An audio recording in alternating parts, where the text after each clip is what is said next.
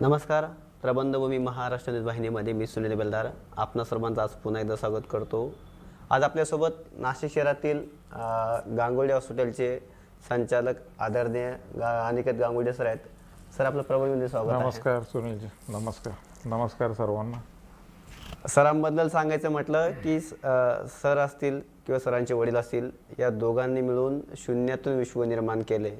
ते एकंदरीत विश्व कसं निर्माण केलं आहे, त्यांनी गरीब कुटुंबातील व्यक्तींना कसं जीवनदान दिलं आहे, किंवा जे खोकल्याच्या आजारापासून किंवा फुफ्फुसाच्या आजारापासून जे वर्षानुवर्षे त्रस्त होते, अशा सर्व त्रस्त रुग्णांवरती कशा पद्धतीने गेल्या सरांच्या वडिलांपासून जर विचार केला गेला तर 47 वर्षांपासून आणि स्वतः सर हे 17 वर्षापासून या क्षेत्रामध्ये या रुग्णांवरती उपचार करतात. एकंदरीत सरांचा हा अनुभव कसा आहे आणि याच अनुभवासोबत सरांची एकंदरीत जीवनशैली कशी आहे, त्यांचं बालपण, त्यांचं शिक्षण, त्यांच्या कुटुंबाने जे स्ट्रगल केले, या सर्व गोष्टीच्या सरांशी आपण संवाद साधून या सगळ्या गोष्टी जाणून घेणार आहोत. सर, पुन्हा एकदा आपलं प्रबंधभूमीमध्ये स्वागत आहे. सर, खरं तर आम्ही अनुभवलं आहे की तुम्हाला शेतकरी बांधवांचा विघ्नहर्ता म्हटलं जातं, की कारण आपण मुळात या शेतकरी बांधवांना गेल्या 17 वर्षापासून उपचार देतात, त्यांचं निदान उद्या त्यांना झालेल्या आजारांचं निदान करतात. सर, काय सांगाल, एक डॉक्टर म्हणून तुम्हाला नक्की काय वाटतं या संदर्भात? आता जेव्हा मी प्रॅक्टिस सुरू केली 17 वर्षापूर्वी, तेव्हा आणि आत्तामध्ये ज्या प्रकारे शेती केली जाते याच्यात मला फरक दिसून येतो. आणि तो फरक म्हणजे की जे पेस्टिसाईड फर्टिलायझरचा जो वापर जास्त प्रमाणात करावा लागतो आहे त्यांना नाईलाजाने त्यांचं पीक वाचवण्यासाठी, पण ते करत असताना जे काही हवेत, मातीत आणि अन्नात जे काही गोष्टी विषारी जात आहेत आणि त्याच्यामध्ये हे जनसामान्यांपेक्षा मी तर म्हणेल शेतकरी जास्त त्याच्यामध्ये त्रस्त आहे. कारण ते त्यांची बाग आहे, तिकडेच त्यांचं घर असतं आणि त्यामुळे 24 तास सगळे परिवारातले शेतकरीतले लोक हे त्या विषारी पदार्थांच्या संपर्कात राहतात. आणि त्यामुळे मी बघतोय की शेतकऱ्यांची जी मुलं आहेत, त्यांची जी नातवंड आहेत, यांना न बरी होणारी सर्दी, वारंवार होणारा खोकला, दम्याचा त्रास, त्वचेचे आजार, निमोनियासुद्धा व्हायला लागलेले आहेत. निमोनिया म्हणजे फुफ्फुसाला सूज येणे, एक्सरेमध्ये पांढरा डाग दिसतो तो. तर असे त्रास हे शेतकऱ्यांना जास्त दिसू लागलेले आहेत. शिवाय या शेतकऱ्यांना परागकणामुळे पण त्रास होतोच. तर हे सीझनल प्रॉब्लेम असतात. ठराविक सीझनमध्ये जेव्हा परागकण उडतात झाडातले, तर हे 40 ते 50 किलोमीटरच्या रेडियसमध्ये कधी कधी इतका त्याचा घेरा असतो. आणि हे परागकणाची कधी कधी ॲलर्जी होऊन यांना वारंवार सर्दी, खोकल्याचा त्रास होतो. तर हे मी बघून आलेले. पण हे विषारी जे केमिकल वापरले जातात आणि ते वापरावंच लागतात. त्याचं कारण असं आहे की जो पावसाचा पण आता कुठलाही आपण हे नाही सांगू शकत कधी पाऊस पडतो आहे, आणि त्यामुळे जो वातावरणात जो बदल दिसतो आहे त्यामुळे त्यांना त्यांचं पीक वाचवण्यासाठी त्यांना विचारांना करावं लागतं. पण त्याचं तेही भोगतायत आणि त्याच्यात त्यांच्या फॅमिली आणि त्यांचं जे परिवार आहे त्यांना पण ते विषाचा दुष्परिणाम आम्हाला डॉक्टर म्हणून दिसून येत आहेत. हे 17 वर्षाचं मला थोडंसं दिसून आलेलं आहे. नक्की सर, आपण ज्या पद्धतीने सांगितलं की शेतकरी बांधवांचं कुटुंब, सर तसं तुमचं एक कुटुंब असेल, या आपल्या कुटुंबाबद्दल काय सांगाल? आपलं बालपण, आपलं शिक्षण, या सगळ्या गोष्टी कुठे घडल्यात? तसं आम्ही आमचं मूळ गाव हे धुळे जिल्ह्यात साक्री तालुक्यात पिंपळनेर म्हणून गाव आहे.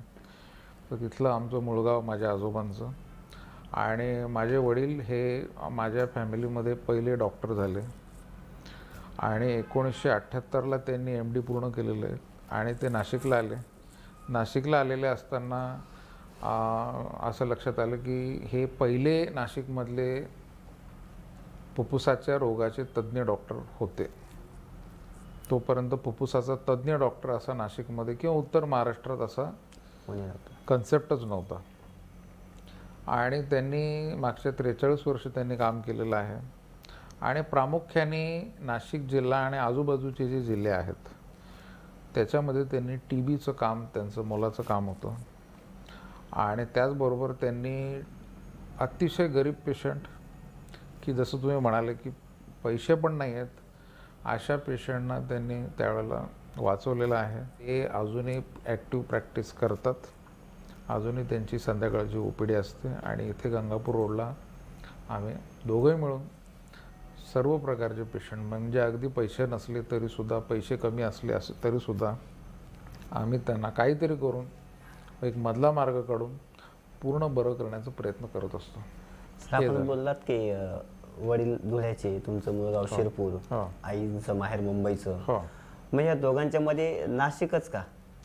कारण की त्यावेळेला माझे वडील इंटर्नशिप करण्यासाठी सिव्हिल हॉस्पिटलला एक विद्यार्थी म्हणून होते, तर त्यांना नाशिकचं वातावरण पण आवडलं. आणि जसं मी सांगितलं तर या रुग्णांना निदान आणि उपचार करण्यासाठी जे काही स्पेशल डॉक्टर लागतो त्या शिक्षणाचं MD चेस्ट ही डिग्री लागते, तर ते तज्ज्ञ डॉक्टरच नव्हते त्यावेळेला नाशिकला. तर त्यामुळे त्यांना वाटलं की इथे राहून हा दोघांचाही फायदा होईल. कारण की लोकांना माहीतच नव्हती त्यावेळेला 1978-79 सालीची गोष्ट आहे. आणि हे पेशंटचे आशीर्वाद आहे मी म्हणेल. म्हणजे हा काय व्यवसाय म्हणून बघण्यासारखा नाही आहे की इतके जे काही गोरगरिबांना उचलून आणायचे अक्षरशः पेशंट मी माझ्या लहानपणी बघायचो. आणि ते पेशंट मग वाचायचे, आणि ते नुसते वाचले नाहीत तर त्यांची लग्न झाली, पुढे जाऊन त्यांचे नातवंड आता 3री पिढी आमच्याकडे रुग्ण म्हणून येत आहेत. आणि याच गोष्टीचा एक मी आयडियल घेऊन मी पण डॉक्टर व्हायचं ठरवलं. आणि माझं शिक्षण जरी नाशिकमध्ये शाळा बॉयस्टॉन पब्लिक स्कूल, कॉलेज RYK, त्याच्यानंतर नाशिक मेडिकल कॉलेज जे आहे आडगावचं, तिथेच MBBS मी पूर्ण केलं. त्यानंतर मग मी मुंबईला MD करायला गेलो नायर हॉस्पिटलला. त्याच्यानंतर मी क्रिटिकल केअर म्हणजे ICUची एक वेगळी 2 वर्षाचा नुसता वेगळा कोर्स होता, तो मी पुण्याच्या KM हॉस्पिटलला केला रास्तापेठला. त्यानंतर मग मी दुर्बिणीची एक तपासणी असते ब्रॉन्कोस्कोपी म्हणून, ज्याच्यामध्ये दुर्बीण श्वास नलिकेतून मध्ये जाऊन कुठे गाठ असेल, निमोनिया असेल तर तिकडचा तो बायोप्सी घेऊन, तुकडा घेऊन निदान केलं जातं की हा TB आहे का, कॅन्सर आहे का, जंतू आहे का, बुरशी आहे का, काय नेमकं काय कारण आहे. तर अचूक निदान करण्यासाठी ते ब्रॉन्कोस्कोपीची तपासणी होती. तर ते मी त्यावेळेला इटलीला जाऊन त्याचा कोर्स करून आलो, फेलोशिप करून आलो. आणि अजूनही रोज अभ्यास करावाच लागतो. आम्ही नेहमी विद्यार्थी असतो. जसं आपण म्हणतो डॉक्टर म्हणतात की प्रॅक्टिस करून तुम्हाला किती वर्ष झाले, तर ते त्याच्या शब्दातच आहे प्रॅक्टिस. तर थोडक्यात नोबडी इज एक्सपर्ट. तर प्रत्येकालाच प्रॅक्टिस करावं लागतं. उदाहरणार्थ कोविड हा आमच्या अभ्यासक्रमातच नव्हता, कारण आपल्याला माहीतच नव्हता असा काय आजार येणार आहे, हे कोणाला माहीत पण नव्हतं. तो कोविडचा अभ्यास करावा लागला आणि त्या पद्धतीने काम करावं लागलं. आणि मला आनंदाने सांगू इच्छितो की माझ्याकडे एक 200 ते 300 पेशंट सिरियस पूर्ण बरे होऊन आम्ही घरी पाठवलं कोविड वेव्हमध्ये. की सर खरं तर बघितलं तर सरांचा प्रवास खूप स्ट्रगलच होता. विशेष म्हणजे उत्तर महाराष्ट्रातील पहिले डॉक्टर जे असतील फुफ्फुसाच्या आजारावरचे वरचे ते सरांचे वडील होते, आणि त्यांच्याच माध्यमातून त्यांचाच वारसा घेऊन आज सर या ठिकाणी पोहोचले. सर, हे सगळ्या गोष्टी करत असताना आपण ज्या पद्धतीने आपल्या वडिलांचं स्ट्रगल सांगितलं, पण आपण देखील मेडिकल क्षेत्रच निवडलं. हे क्षेत्र निवडण्यामागचा आपला मूळ उद्देश काय होता मग? त्याचं कारण असं होतं की जेव्हा मी लहान असताना, शाळेत असताना, जेव्हा मी माझ्या आईबरोबर काही कारणास्तव माझ्या वडिलांच्या दवाखान्यात जायचो, आणि ज्या पद्धतीने माझ्या वडिलांना अगदी देवासारखे मानायचे. म्हणजे मी बघायचो की ते पेशंट इतके सिरियस पेशंट बरे झाले की ते पाया पडायचे, अक्षरशः पाया पडायचे. आणि एक पुण्याचं काम आहे ते, जे एक पुण्याचं काम आहे, जो एखादा दुसऱ्या व्यवसायातला इतका नाही करू शकणार. म्हणजे रोज तुम्ही पुण्याचं काम करण्याची तुम्हाला एक देव संधी देतोय की तुम्हाला एखादा व्यक्ती वर्षातनं एकदा कुठेतरी जाऊन आश्रमात सेवा देऊ शकतो, कुठेतरी डोनेशन देतो, कुठेतरी त्याचा सहभाग असतो, NGOमध्ये कुठेतरी काम करतो एखाद्या दिवशी. पण आम्हाला तर देवाने रोज संधी दिलेली आहे की रोज तुम्ही एखाद्या अतिदुर्गम भागातल्या आदिवासीला तुम्ही मदत करू शकता. आमच्याकडे जसं पेठ, सुरगाणा, घोटी, इगतपुरी, तिथून आदिवासी लोक येतात, त्यांच्या पायात चप्पल पण नसते. तर ज्या वेळेला आम्ही त्यांची फी पण कधी कधी घेत नाही, त्यांना आम्ही सॅम्पलचे आमचे औषधं देतो, त्यांना त्यांच्याशी जास्त चांगलं वागतो, तर ते त्यांचा आनंद बघून आम्हाला जास्त आनंद होतो की आपण पण कोणासाठी तरी काहीतरी करू शकतोय आज. नक्कीच. आणि तेच महत्त्वाचं आहे की तुम्ही दुसऱ्याच्या आयुष्यात काय बदल घडवू शकता, नक्कीच. ते या क्षेत्राचा फार मोठा एक फायदा आहे. आणि आता बरीचशी लोक मुलं ही स्पेशली डॉक्टरांची मुलं ही विचार करतात की आता मेडिकलला नाही जायचं, आपण दुसऱ्या फील्डमध्ये जाऊ, कारण की याच्यात खूप स्ट्रेस आहे, कधी पण फोन येतो, कधी पण उठावं लागतं, कधी पण पळावं लागतो, आपल्याला लाईफ नाही आहे. पण मी तर सांगेल की उलट याच्यामध्ये जे काही ऑपॉर्च्युनिटी, तुम्हाला जी संधी आहे जनसामान्य लोकांची तुम्हाला सेवा करायची, आणि त्या बदल्यात जे लोक पण प्रेम देतात, ते मला वाटतं दुसऱ्या कुठल्याही व्यवसायात किंवा प्रोफेशनमध्ये मला तरी माहीत नाही असं आहे. नक्कीच सर. हे मी माझ्या वडिलांचं पण बघितलं आणि मी पण बघतोय. नक्कीच सर. आपण ज्या पद्धतीने म्हटलात की बहुधा पेशंट हे ग्रामीण भागातले असतात, तसं तर भारत आपला कृषीप्रधान देश, या कृषीप्रधान देशामध्ये शेतकरी बांधव हाच आपला अन्नदाता आहे, आणि मुळात जास्त करून खोकल्याचा आजार याच शेतकरी बांधवांना दिसून येतो. नक्की हे आजार कुठल्या प्रकारचे असतात आणि तुम्ही त्यांच्यावरती कसं निदान करतात मग? जसं मी आधी सांगितलं की एक तर परागकणाची ॲलर्जी आहे, तो एक भाग आहे की ज्याच्यामुळे एक ठराविक सीझनमध्येच यांना सर्दी खोकल्याचा त्रास होतो. आणि दुसरा आहे हा फवारणीमुळे आहे की बऱ्याच वेळेला ते फवारणी करताना, पावडर मारताना, ते जो काही मास्क त्यांनी इंडस्ट्रीयलचा वापरायला पाहिजे तो तसा न वापरता फक्त एक उपरणं बांधलेलं असतं, एखादा रुमाल बांधून, फडकं बांधून ते काम करत असतात. आणि त्यांचाही नाईलाज आहे, पण जेवढं आम्हाला त्यांचं त्या क्षेत्रात आम्हाला त्यांना अवेअरनेस वाढवता येईल हा आमचा प्रयत्न असतो की त्यांनी तो मास्क वापरला पाहिजे. एक स्पेशल इंडस्ट्रियल मास्क येतो, त्याला फिल्टर असतो त्या गोष्टी करत असताना. आणि एक चुकीचं नाही म्हणता येणार, पण एक पद्धत एक जुन्या याच्यापासून की आम्ही जवळच्या डॉक्टरांकडे गेलो, एक इंजेक्शन मारलं, आम्हाला बरं वाटलं. नक्कीच गैरसमज असतो. तर त्याच्यामुळे होतं काय की तुम्ही ते वारंवार करत राहिलं तर तुम्हाला बरं वाटतंय, पण एक वेळ अशी येते की तुम्हाला 9 वेळा बरं वाटेल, पण 10व्यांदा तुम्हाला असं वाटेल की अरे फरकच नाही पडत आहे आता. आणि हे करत असताना काय होतं की निदान झालेलं नसतं की नेमका तो आजार कुठला आहे, कशामुळे होतोय, त्याचं काय कारण आहे. कधी कधी छातीचा एक्सरे पण झालेला नसतो. तर छातीचा एक्सरे, आता माझ्याकडे पेशंट आला का आम्ही छातीचा एक्सरे तर आम्ही करतोच. म्हणजे कारण की बऱ्याच वेळेला काही त्याच्यामध्ये दिसून येऊ शकतो, त्याच्यामध्ये TB दिसून येऊ शकतो, निमोनिया दिसून येऊ शकते, गाठ दिसून येऊ शकतं, एखाद्याला त्रास खूप असतो पण तो एक्सरे नॉर्मल पण येऊ शकतो. सो ह्या सगळ्या गोष्टी झाल्या पाहिजेत. तर नुसते तुम्ही जवळच्या डॉक्टरकडे जाऊन एखादी इंजेक्शन मारण्याची जी पद्धत आहे ती मला वाटतं ठीक आहे, तात्पुरती ठीक आहे की तुम्हाला पटकन बरं वाटलं त्याच्याने, पण मला असं वाटतं की तो का झाला याचं निदान व्हायला पाहिजे, आणि त्या सगळ्या सोयी आमच्याकडे आहेत. तर माझं हे म्हणणं नाही की तुम्ही माझ्यासारख्याच डॉक्टरांकडे प्रत्येक वेळेला या, पण तुम्हाला जर वारंवार त्रास होत असेल तर तुम्ही वेळ न घालवता एकदा तरी आमच्यासारख्या डॉक्टरांचा तुम्ही फायदा घ्यायला पाहिजे नाशिकमध्ये, की जेणेकरून तुमचं अचूक निदान होईल आणि पुढे होणारे काही कॉम्प्लिकेशन असतील, काही प्रसंग असतील तर ते टाळता येतील. नक्की सर. तुम्ही आता ज्या पद्धतीने सांगितलं की बरेचसे लोक तात्पुरत्या स्वरूपात असलेल्या डॉक्टरांकडून इंजेक्शन मारून ते उपचार करून घेत असतात, पण यानंतर देखील आपण म्हटलं की 9 वेळा तुम्हाला बरं वाटेल, 10व्यांदा तुम्हाला त्रास होऊ शकतो, परंतु हा त्रास होऊ नये त्यासाठी यासाठी फुफ्फुसाचे भरपूर असे आजार असतील. हे आजार नक्की कोणते आहेत आणि हे आजार नक्की कसं समजायचं की हा आजार आपल्याला झाला आहे असं एक तात्पुरत्या स्वरूपात का होईना? आता आमच्याकडे जेव्हा पेशंट येतो तेव्हा आम्ही एक्सरे तर काढतो, जसं मी सांगितलं. तर ते एक्सरेमध्ये समजतं एक गोष्ट की श्वासनलिकेला सूज आहे का, फुफ्फुसात कुठे डाग आहे का, गाठ आहे का, निमोनिया आहे का, TB आहे का.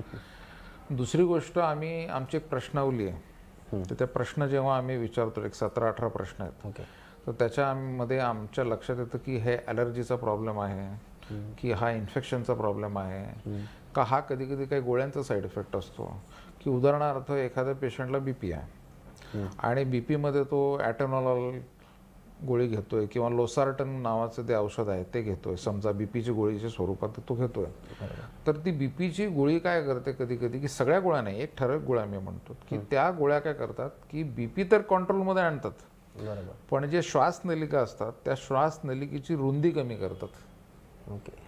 आणि ते श्वासनलिकेची रुंदी कमी झाल्यामुळे या पेशंटना खोकला आणि दमा सुरू होतो.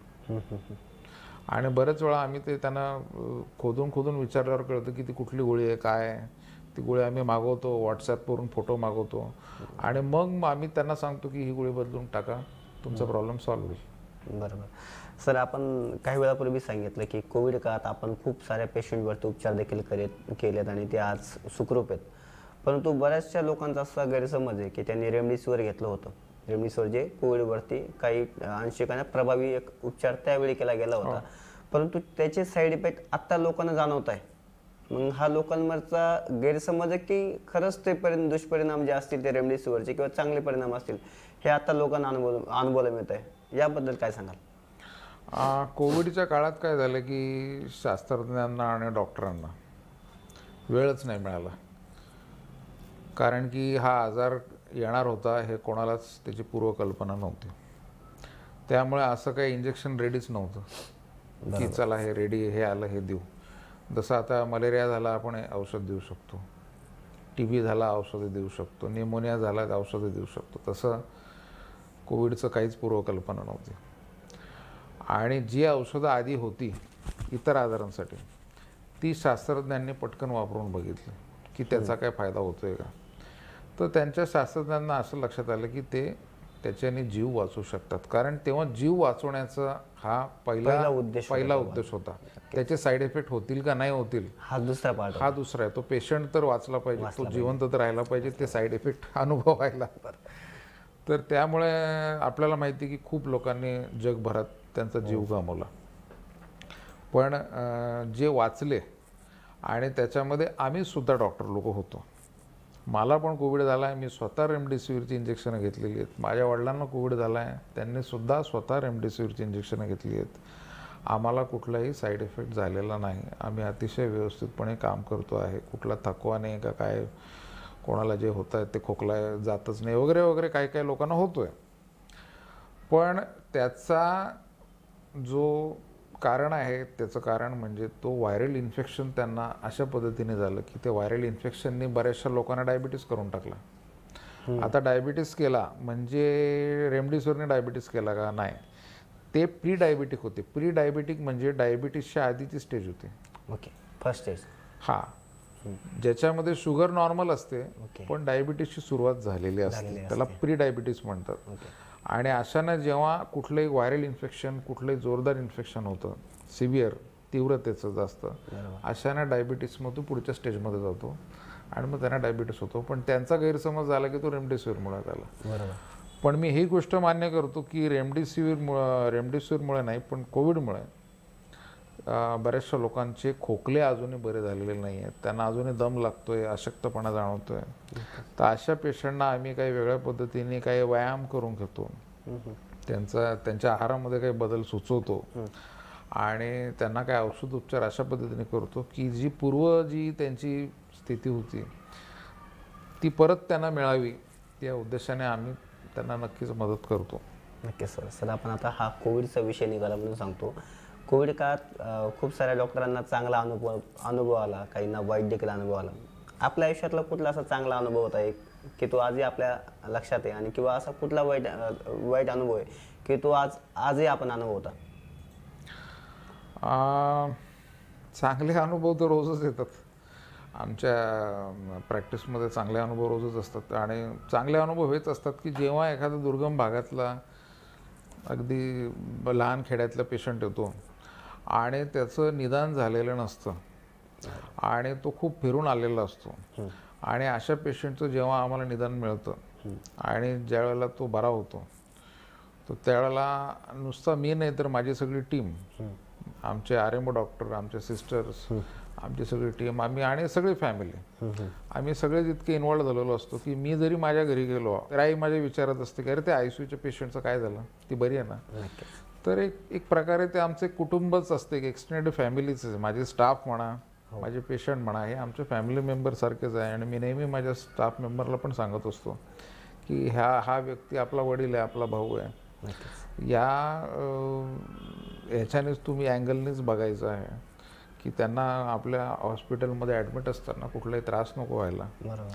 अगदी म्हणजे आपल्या हॉस्पिटलला डाससुद्धा नाही चावले पाहिजेत त्यांना. गुड नाईट लावा, बरोबर. दरवाजे बंद करा, सगळे लाईट पंखे आहेत का चालू, हे वॉशरूम क्लीन आहे का, हे सगळ्या गोष्टी आम्हाला बघाव्याच लागतात त्यांना चांगली सर्व्हिस देण्याच्या उद्देशाने. आणि त्यामुळे चांगले अनुभव येतात. वाईट अनुभव म्हणजे वाईट नाही म्हणता येणार, पण आजकाल काय झालेलं आहे की 2 प्रकारचे प्रश्न जास्त शहरी लोकांना जास्त भेडसावतात. एक म्हणजे ते खूप डॉक्टरांचे सल्ले घेऊ इच्छितात बरोबर. आणि बरेचसे सल्ले घेऊन सुद्धा समाधानी नसतात. त्यांच्या परिवारामध्ये पण डॉक्टर असतात, ते भलेही त्या स्पेशालिटीचे नसले तरी दुसरे डॉक्टर असतात, डेंटिस्ट असो, रेडिओलॉजिस्ट असो, BAMS असो, BHMS असो, ते त्यांचाही सल्ला घेत असतात, ते आमचाही सल्ला घेत असतात. परदेशात कुठला डॉक्टर आहे त्याचाही सल्ला घेत असतात व्हॉट्सॲपवरून. तर जेव्हा तुम्ही 4-5 लोकांचे एकत्र तुम्ही सल्ले घेतायत, तेव्हा तो सल्ले देणारही कन्फ्यूज होतो, तो सल्ले घेणारा तर अजून कन्फ्यूज होतो आणि त्याचा फायदा कोणालाच होत नाही. ते आम्ही बघायला मिळतो. दुसरं म्हणजे प्रत्येक पेशंटला असं वाटतं माझं कॅशलेसमध्येच व्हायला पाहिजे, इन्शुरन्समध्येच व्हायला पाहिजे. पण ते सगळ्या गोष्टी शक्य नाही आहेत, कारण ज्या इन्शुरन्स कंपन्यांनी काही नियमावली त्यांची तयार केलेली आहे, तर त्या नियमावलीत ते सगळ्या गोष्टी बसल्या पाहिजे की त्याला ॲडमिशनची खरंच गरज आहे का, त्याला इतके दिवस काय ॲडमिट ठेवायचं, त्याला हे आजार तुम्ही कुठल्या बेसिसवर, तुम्ही कुठल्या रिपोर्टवर तुम्ही शोधून काढला, त्याच्यानंतर तुम्ही हीच औषधं का दिली. तर हे सगळ्या गोष्टीला आम्हाला उत्तर द्यायचं आहे इन्शुरन्स कंपन्यांना. सो त्यामुळे प्रत्येकाला वाटतं की मला खर्च नाही आला पाहिजे, माझं सगळं कॅशलेसमध्ये व्हायला पाहिजे, माझं सगळं इन्शुरन्स, मी इन्शुरन्सचं प्रीमियम भरतोय, मी आता काय बिल काहीच भरणार नाही. तर ह्या 2 गोष्टी ह्या आम्हाला शहरी लोकांमध्ये, ग्रामीण लोकांमध्ये अजून इन्शुरन्सचं प्रमाण एवढं नाही आहे, पण पुढे पुढे जाऊन 8-10 वर्षांनी ग्रामीण भागात पण इन्शुरन्स सगळं वाढणार आहे. पण प्रत्येकाने तो हट्ट धरू नये, कारण तो इन्शुरन्स कंपन्या ठरवतात बरोबर की ते रुग्णाला ही सेवा द्यायची का नाही द्यायची. ते रिजेक्ट करतात, ते अप्रुव्हल देतात. तर आम्ही फक्त त्यांचं माध्यम झालेलो एक प्रकारे, मधले जे डॉक्टर आणि हॉस्पिटल आहोत, की ही सेवा कोणाला कशी द्यायची. नक्कीच सर. आपण काही वेळापूर्वी चर्चा सुरू असताना बोललात की आपला स्टाफ खूप जुना आहे. आम्ही देखील आपल्या स्टाफचे काही दिवसांपूर्वी संवाद साधला होता, एक त्यांच्याशी चर्चा केली होती. त्यामध्ये असं जाणवलं की आपला जो स्टाफ आहे तो आपल्या वडिलांनी जपून ठेवलेला जो स्टाफ होता, म्हणजे त्यावेळेचा जो स्टाफ होता तो आज देखील आपल्याकडे आहे. आणि ते सर्व लोक येणाऱ्या रुग्णांची अशी काही काळजी घेतात की हे लोक जाताना अक्षरशः भावनिक होतात. काय यामागचं रहस्य काय सर? जसं मी सांगितलं की आमची ही एक्सटेंडेड आता फॅमिलीच झालेली आहे. स्टाफ म्हणजे आमचे सगळे, त्यांचे घरचे प्रॉब्लेम हे आमचे प्रॉब्लेम असतात. आम्हाला ते अगदी त्यांच्या घरच्यासारखेच वागवतात. पण माझ्या वडिलांच्या वेळेला हे सगळे ICU नव्हते, व्हेंटिलेटर नव्हते, हे भारी भारी अँटीबायोटिक नव्हत्या.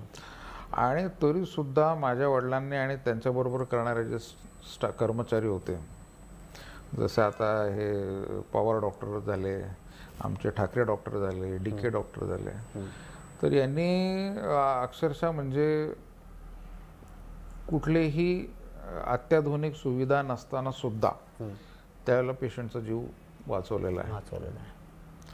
आणि त्यामुळे मला वाटतं की त्यांचे चॅलेंजेस उलट जास्त होते. त्यावेळेचे चॅलेंजेस जास्त होते. CT स्कॅन मशीन नव्हतं त्यावेळेला, सोनोग्राफी मशीन फार निवडक डॉक्टरांकडे होते, ICU तर फारच कमी होते. तर त्यामुळे आम्ही पण त्यांना सांभाळून घेतो, ते पण आम्हाला सांभाळून घेतात. कारण बरेच वेळेला आमचं स्ट्रेसफुल काम असतं, त्या कामाच्यामध्ये आम्ही कधी कधी थोडं चिडतो पण, कारण की आम्हाला काही करून पेशंटचा जीव वाचवायचा असतो. त्यामुळे कधी ऑक्सिजन कमी होतो, कधी BP कमी होतं, असं काही झालं तर आमची धावपळ पण उडते. पण त्यांचं सहकार्य आम्हाला गेले कोणाचं 25 वर्ष, कोणाचं 30 वर्ष, जसं तुम्ही म्हणालात, हे आम्हाला ते सेवा देत आहेत. नक्कीच सर. खूपच अभिमानास्पद गोष्ट आहे की एखाद्या जो स्टाफ आहे तो 25 वर्षापासून एखाद्या डॉक्टराशी किंवा त्या रुग्णालयाशी त्यांची जी नाळ जुळली गेलेली आहे, ही खरंच वाखाणण्याजोगी आहे. आणि सर एक वेगळा प्रश्न असा आहे की आजकालची तरुण पिढी व्यसनाधीन होत चाललेली आहे आणि ह्या तरुण पिढीला कॅन्सरसारखे आजार देखील आता उद्भवतात. विशेष म्हणजे कमी वयाच्या तरुणांना देखील आता हार्ट अटॅक येतो. या तरुणांसाठी काय सल्ला द्याल सर? मी जसं मी आधी सांगितलं की आजकाल काय झालं की खाण्यापिण्याच्या सवयीमध्ये खूप बदल झालेला आहे. म्हणजे कुठली गोष्ट प्युअर देशी घी आणि घरगुती असं राहिलेलं नाही आहे. खूप हॉटेल झालेले आहेत, खूप ऑनलाईन ऑर्डर द्यायचे सोयी झालेले आहेत आणि बरीचशी तरुण पिढी शिक्षणानिमित्त, कामानिमित्त, नोकरीनिमित्त बाहेर राहते आणि बाहेर हे जे हॉटेलात जे खाल्लं जातं त्याचा जो काही तेलाचा दर्जा, त्याच्यामध्ये टाकणाऱ्या वस्तूंचा दर्जा हा कोणालाही माहिती नसतो काय नेमका आहे. तो त्याच्यामुळे हे खाण्यात एक बदल झालेला आहे, तो एक भाग आहे. दुसरं म्हणजे हे जे प्रदूषण वाढतं, मग ते इंडस्ट्रियल प्रदूषण असेल, गाड्यांचं प्रदूषण असेल, हे जे फवारणी होते आहे जास्त प्रमाणात, ते सगळं प्रदूषण हे याच्यात एक कारण आहे. तिसरा जो कारण आहे ते म्हणजे एक स्ट्रेस जास्त घेण्याची एक सवय लागलेली आहे की आपल्याला ह्याच्यासारखंच बनायचं आहे, आपल्याला त्याच्यासारखंच बनायचं आहे. कॉम्पिटिशन, तर ती एक कॉम्पिटिशन खूप सिव्हिअर झालेली आहे. आणि आपण सकाळी उठलं की व्हॉट्सॲप, इंस्टाग्राम बघतो आणि त्या हिरोसारखीच माझी बॉडी व्हायला पाहिजे. ती मुलगी विचार करते त्या हिरोईनसारखीच माझी फिगर व्हायला पाहिजे. आता त्याच्यामुळं होतं काय की त्यांचं शरीर वेगळं आहे, नक्कीच त्यांचा तो व्यवसाय म्हणून त्यांना तो करावा लागतो. आपला तो व्यवसाय नाही आहे आणि आपले जे जीन्स आहेत, आपलं जे काही आईवडिलांपासून जे आपल्याला मिळालं आहे तसंच आपल्याला होणार आहे. आपली तेवढीच उंची होणार, तसंच दिसणार, तसंच हे होणार, हे असं शक्य नाही आहे. सो त्याच्यामुळे तो जर हट्ट धरून जर आपण कृत्रिम बदल अचानक करायला लागलो, म्हणजे आम्ही बघतो बरेचसे पेशंट्स की मुलींमध्ये लग्न ठरलं की ते योगा क्लास लाव, हा क्लास लाव, डायटिंग कर, क्रॅश डायटिंग कर आणि इतके झपाट्याने ते 8-10 किलो खटकन कमी करतात. आणि त्याच्यामुळे पेशंटला TB पण झालेला आम्ही बघितलेल्या मुलींना की TB झाला. त्याचं कारण काय की यांना अचानक वजन कमी करायचं ठरवलं आणि त्यांनी ठरवलं की कोणासारखं तरी मला दिसायचं आहे. तर हा हट्ट होता. म्हणजे थोडक्यात लवकर बदल करून पाहिजे, लवकर बदल करतात ते. आणि कोणाला तरी हे करणं ठीक आहे, तुम्ही लाईफस्टाईल बदला, पण तू इतकं पण झपाट्याने बदलू नका की जेणेकरून त्रास होईल, जेणेकरून तुम्हाला जीवाला त्रास होईल. कारण तुम्हाला मी आज चपातीच नाही खाणार, मी हेच नाही खाणार, मी तेच नाही खाणार. तर हे जे बदल करतायत, मी लहान मुलांमध्ये बघतोय की त्यांचे आईवडील, त्यांचे आजी आजोबा अगदी हसत हसत म्हणतात तो फक्त लेजचे खातो, बाकी काहीच जेवत नाही, फक्त लेजचे पुढे त्याला लागतात रोज. तर हे फार गंभीर बाब आहे, कारण लेजमध्ये काय केमिकल्स आहेत आणि खरंच त्याच्यामध्ये किती जीवनसत्व आहे हा एक वेगळा विषय आहे. तर या सगळ्या गोष्टी आहेत. नक्की सर. आणि सर एक वेगळा प्रश्न, बरेचसे लोक सर असं घोरतात रात्री झोपताना आणि बऱ्याच लोकांना असं वाटतं की, मला देखील वाटतं की यार ह्या लोकांची झोप खूप छान होत असेल. मला की घोरणं म्हणजे काही आजार आहे की छान झोप होते, नक्की काय गैरसमज आहे लोकांमधला? एक 10-15 वर्षापासून भारतामध्ये एक लक्षात आलं सगळ्या डॉक्टर लोकांना की घोरण्याची जी सवय असते याच्यामध्ये जी वरची श्वासनलिका आहे, ही वरची श्वासनलिका जी आहे ती वरची श्वासनलिकेची रुंदी कमी होते. तर जसे आपले पोटाच्या भागात आणि कमरेच्या भागात जशी चरबी जमते, तशी चरबी ही वरच्या श्वासनलिकेत सुद्धा चरबी जमत असते. आणि ही चरबी ही जेव्हा झोपेत आपण आडवं झोपून जेव्हा श्वास घेतो तेव्हा ती वरच्या श्वासनलिकेची रुंदी अजून कमी करून ती अक्षरशः बंद करते.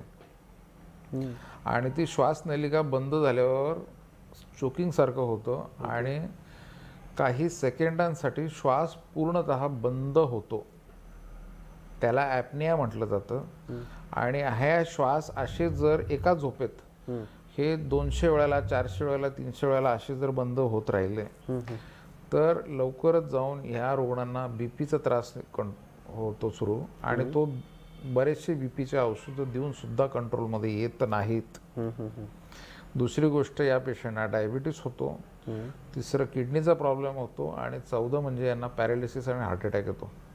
असे 5 कॉम्प्लिकेशन या घोरण्याच्या आजाराचे आहेत. याला ऑब्स्ट्रक्टिव्ह स्लीप ॲपनिया असं त्याचं आमचं नाव आहे मेडिकलमध्ये. आणि ह्या आजाराचं निदान अतिशय सोपं आहे. स्लीप स्टडी नावाची स्टडी असते, ती केली झोपेत तर त्याचं निदान होतं. पण पेशंट हा मान्यच करत नाही. पहिलं म्हणजे की असं काय घोरण्याने आजार होऊ शकतो का, असं कसं काय घोरणे थोडी काय आजार आहे. बरोबर. तर प्रत्येक रुग्ण जर घोरत असेल, प्रत्येक पेशंट जर घोरत असेल तर त्याची तपासणीच करायला पाहिजे असं नाही आहे. तर त्याला जर BP ऑलरेडी सुरू झाला असेल, त्याला सकाळी उठल्यावर डोकं दुखतंय, फ्रेश वाटत नाही आहे, अंग असं कणकण राहते, दिवसा जास्त झोप येते, गुंगी येत राहते, बसल्या बसल्या झोपून जातोय, तर अशा रुग्णांना आम्ही ही स्लीप स्टडी करणे आवर्जून सांगतो.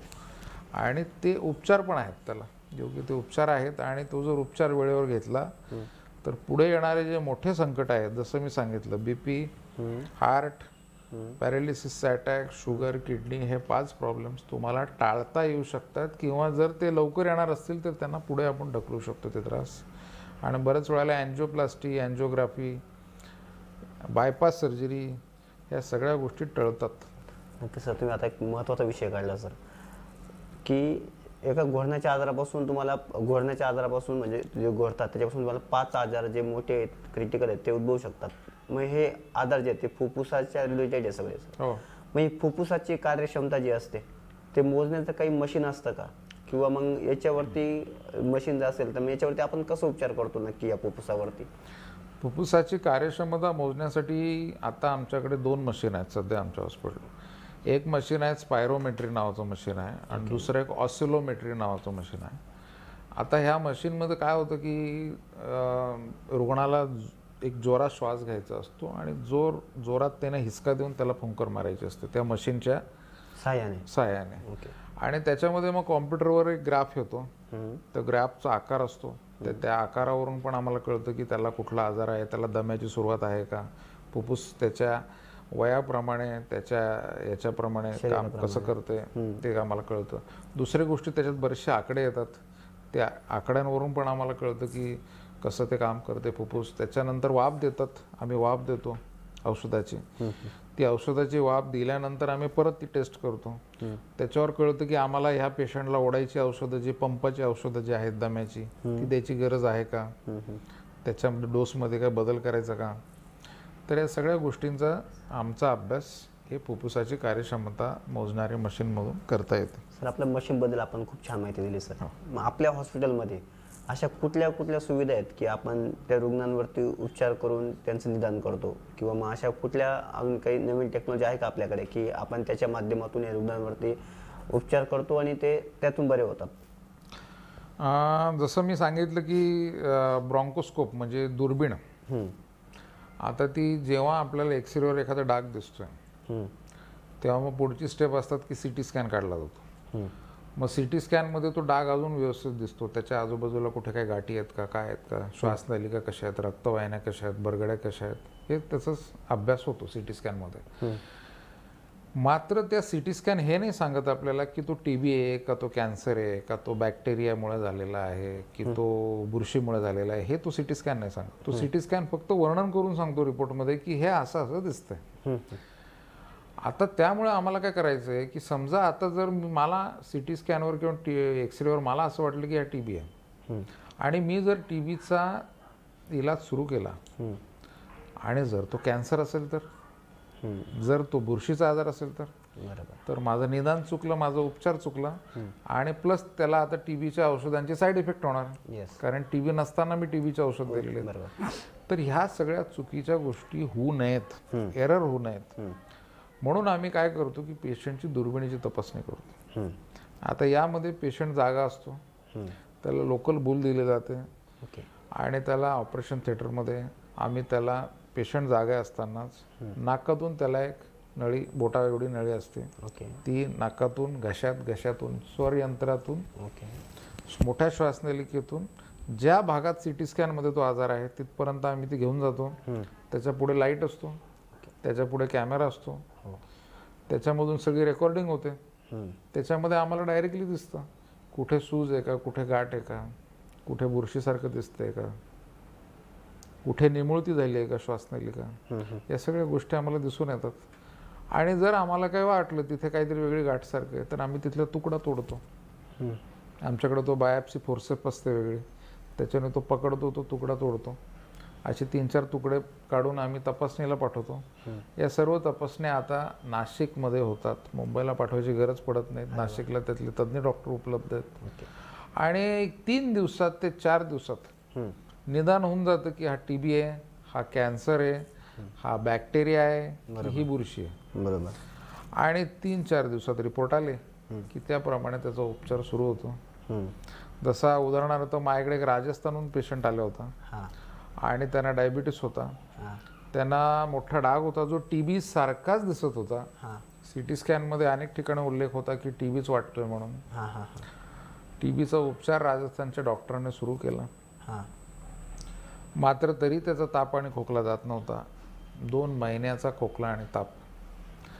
जेव्हा आम्ही त्याची दुर्बिणीची तपासणी केली त्यावेळेला आम्हाला तो TBचे जंतूचे सगळे रिपोर्ट निगेटिव्ह आले, कॅन्सरचे सगळे निगेटिव्ह आले.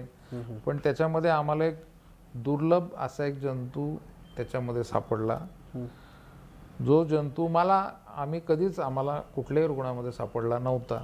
त्याचा आम्ही अभ्यास केला. त्याच्यामध्ये उल्लेख होता की अशा रुग्णांचा जो पेशंट हा जंतू आहे हा शहरी भागात सापडत नाही, हा जंगलात असतो हा जंतू. आणि जंगलात जेव्हा वादळी पाऊस येतो त्यावेळेला हा मातीतला जंतू उडतो आणि हा नाकातोंडातून फुफ्फुसात जाऊन हा वाढतो.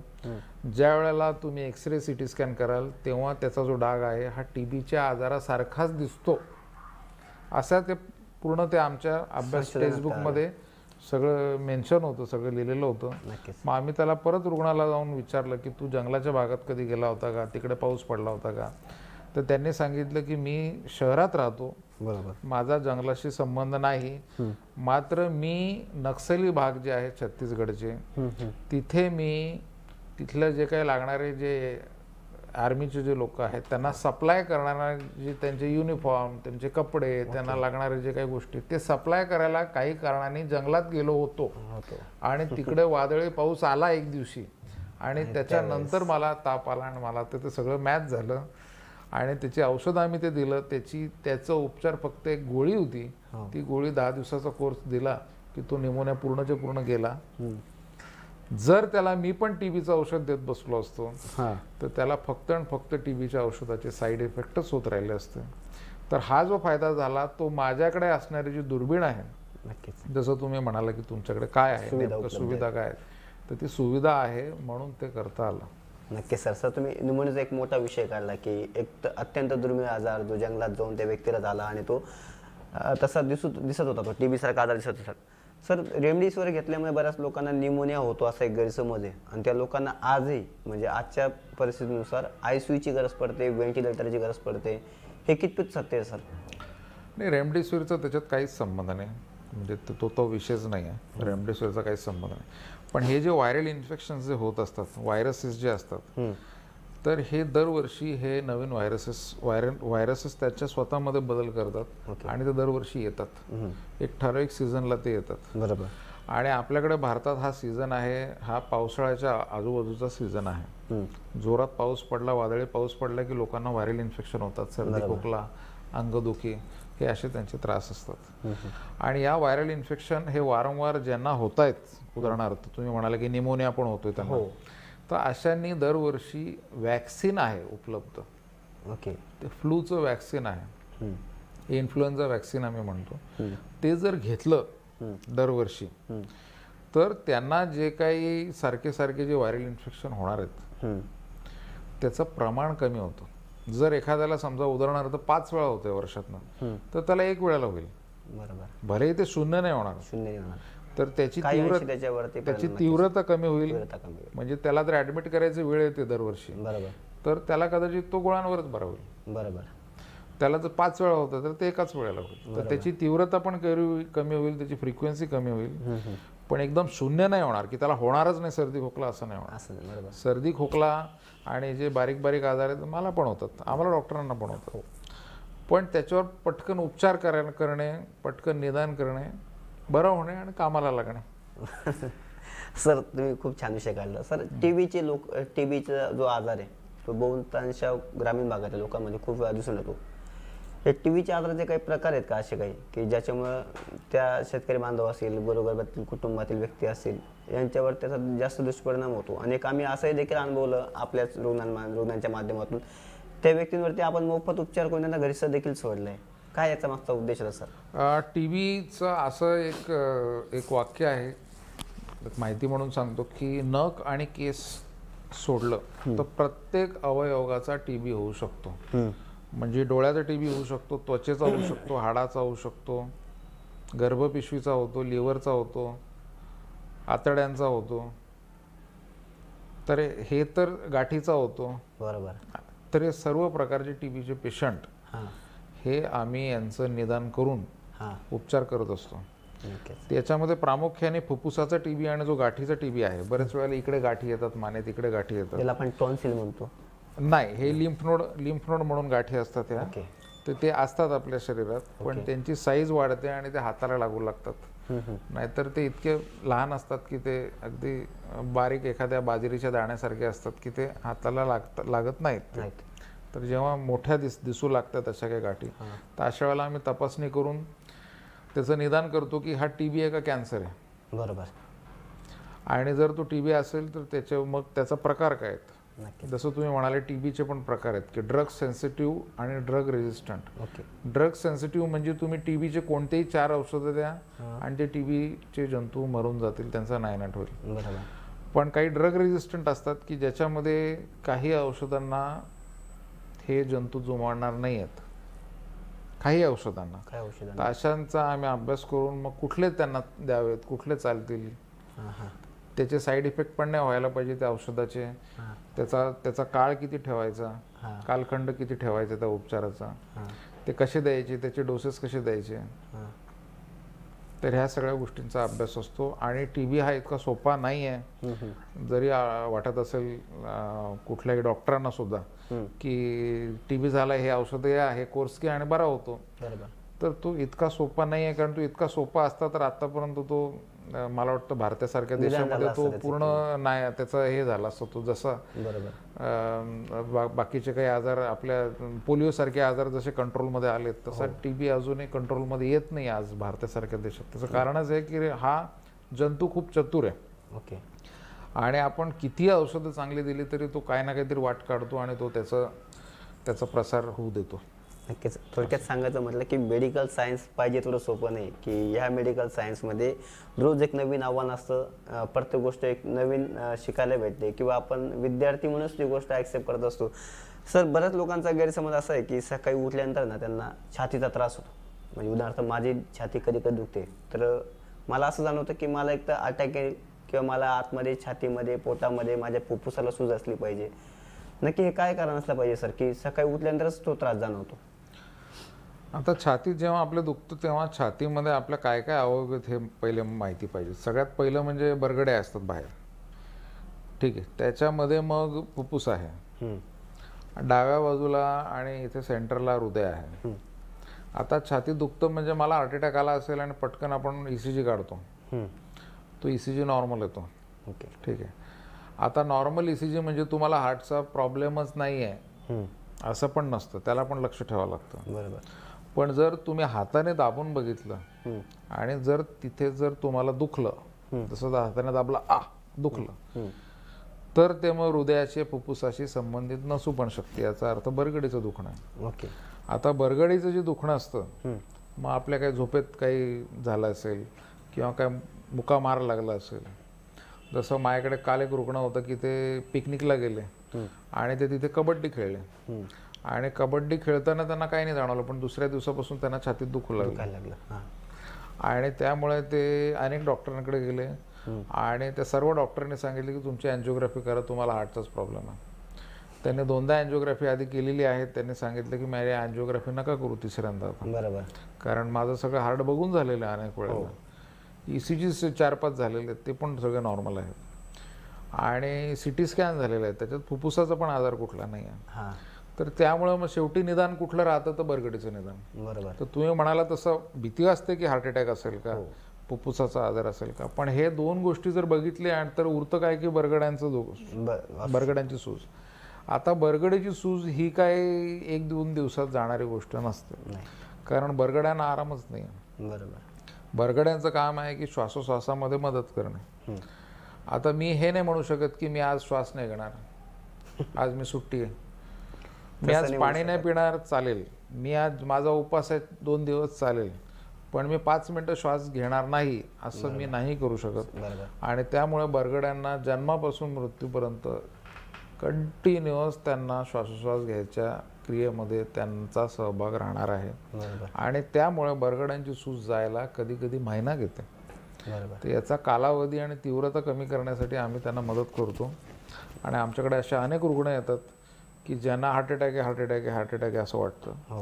पण हे जरी सांगितलं तरी हे पण सांगणं महत्त्वाचं आहे की बरेचसे लोक हार्ट अटॅकला ॲसिडिटी समजून 2-2, 3-3 दिवस ॲसिडिटीची औषधं खात राहतात आणि 3ऱ्या-4थ्या दिवशी कळतं की तो हार्ट अटॅक होता. बरोबर.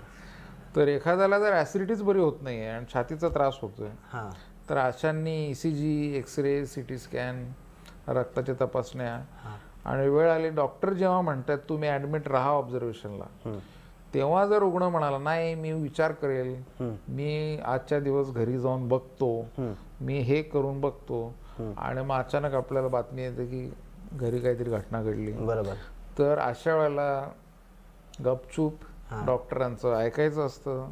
डॉक्टर म्हणेल त्या हॉस्पिटलला ॲडमिट व्हायचं, पैसे गेले जाऊ द्यायचे, पण नंतर काय जर आपला जीव गेला तर तो किती पैसे दिले तरी परत मिळणार नाही आहे. बरोबर.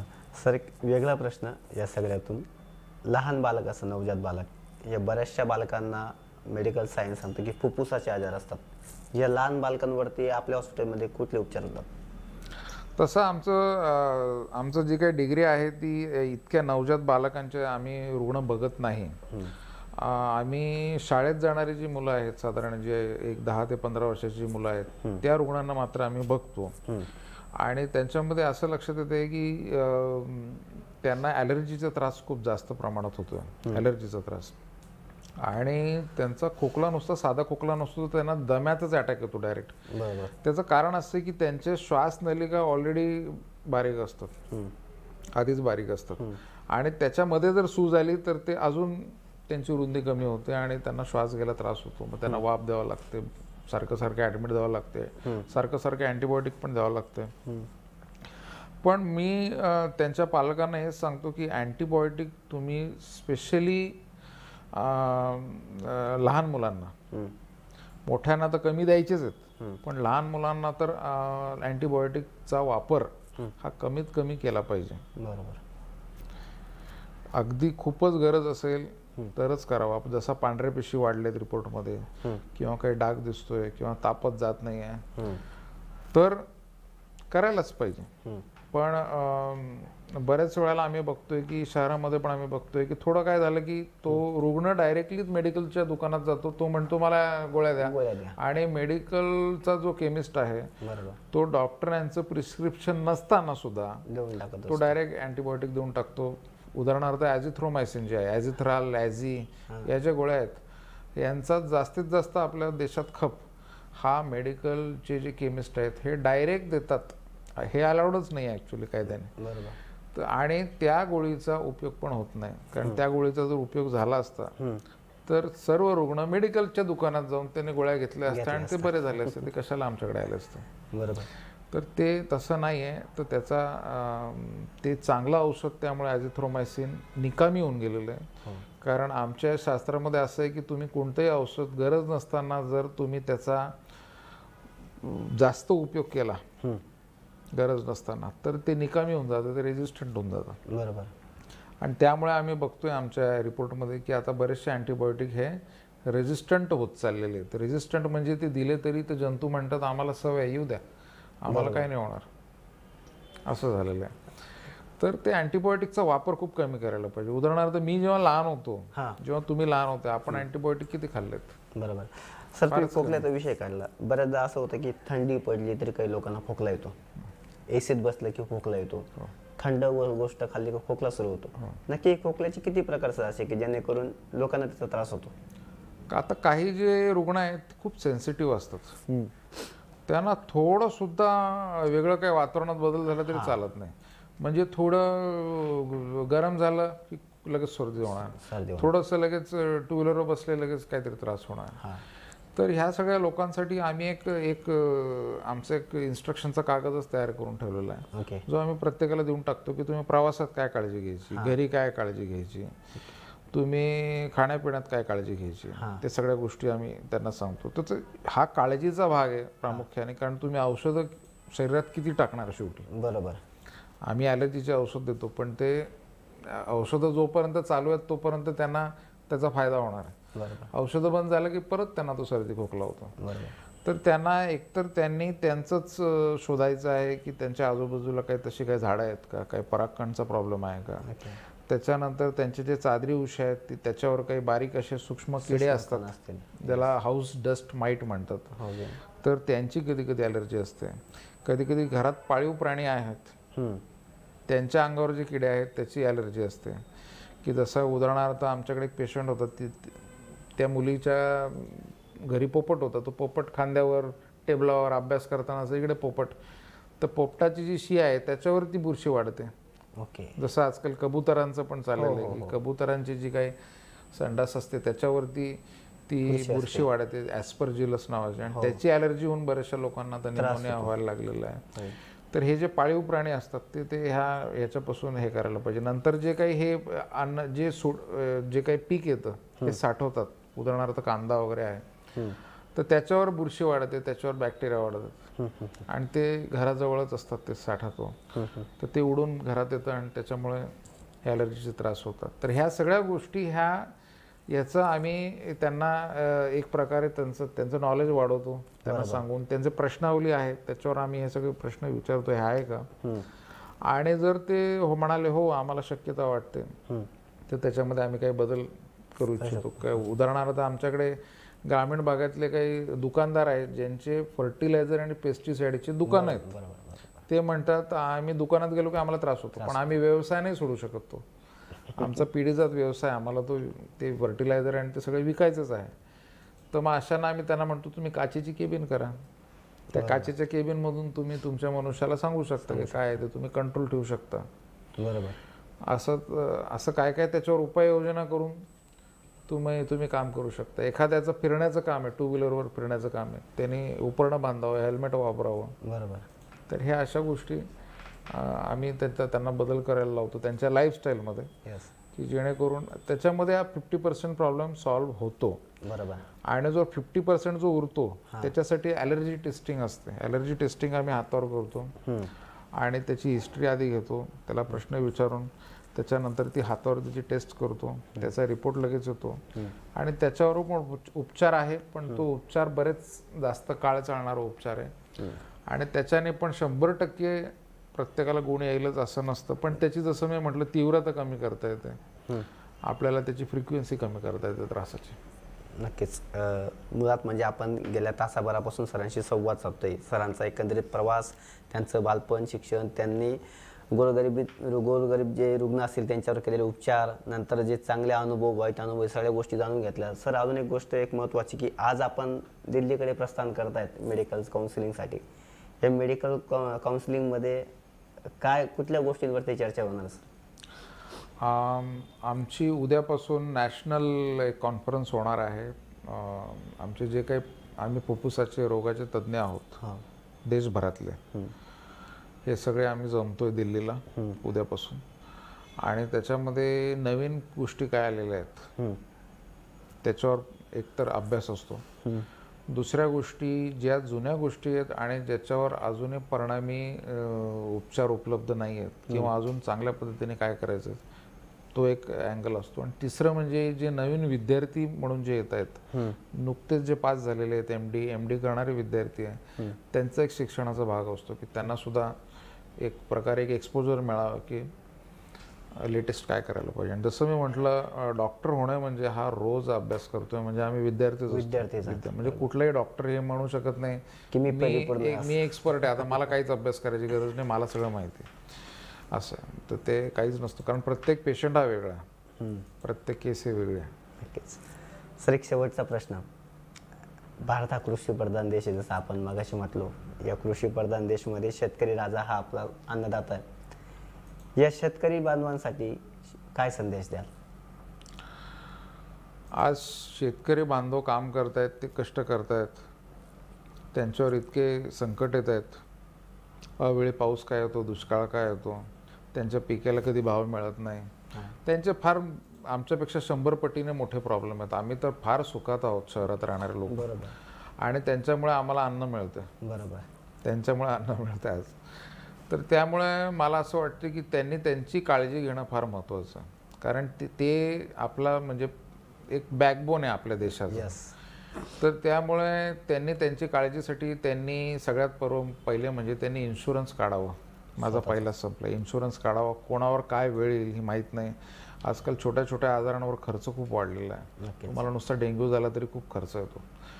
तर ते झालेलं आहे. दुसरी गोष्ट म्हणजे त्यांनी वर्षातून एकदा तरी निरोगी व्यक्तीने सुद्धा पूर्ण त्यांच्या शरीराचा चेकअप करून घ्यायचा. बरोबर. त्या चेकअपमध्ये स्वतःचं BP तपासण्याचं, स्वतःचं शुगर तपासायची, ECG काढायचा, एक्सरे काढायचा. तर ह्या गोष्टी फार महत्त्वाच्या आहेत. कारण की जर तुम्हाला डायबिटीस आहे, जर तुमची साखर 300 400, तर तुम्हाला बाहेरून काहीच समजणार नाही. बरोबर. जोपर्यंत तुम्ही तपासत नाही. जर तुमचं BP 140च्या वर गेलेलं आहे, तुमचं BP 170 180 आहे, तुम्हाला बाहेरून काहीच समजणार नाही. बरोबर. जर तुमचं हृदय वीक होत चाललेलं आहे आणि त्याची साईज वाढत चालली, तर तुम्ही एक्सरे केल्याशिवाय तुम्हाला काहीच समजणार नाही. तर त्यामुळे वर्षातून एकदा प्रत्येकाने आपल्या आरोग्यावर थोडाफार खर्च करायला पाहिजे. मला काहीच होणार नाही, मी खूप चांगला आहे, मी असाच राहणार आहे, हे पॉझिटिव्ह विचार करून चांगली गोष्ट आहे. बरोबर. पण तसं खरं व्हायला पाहिजे. तर त्यामुळे हेल्थ चेकअप आणि इन्शुरन्समध्ये इन्व्हेस्टमेंट थोडी करायला पाहिजे. नक्कीच. हे मला वाटतं. सरांनी गेल्या तासाभरापासून जे आपलं मार्गदर्शन केलं ते खरंच खूप लाख मोलाचं होतं. भविष्यात असं मार्गदर्शन सर आपल्याला पुढं भविष्यात नक्कीच करतील. इथेच थांबूया. प्रबंधभूमी महाराष्ट्र न्यूजसाठी मी सुनील बेलदार, नाशिक.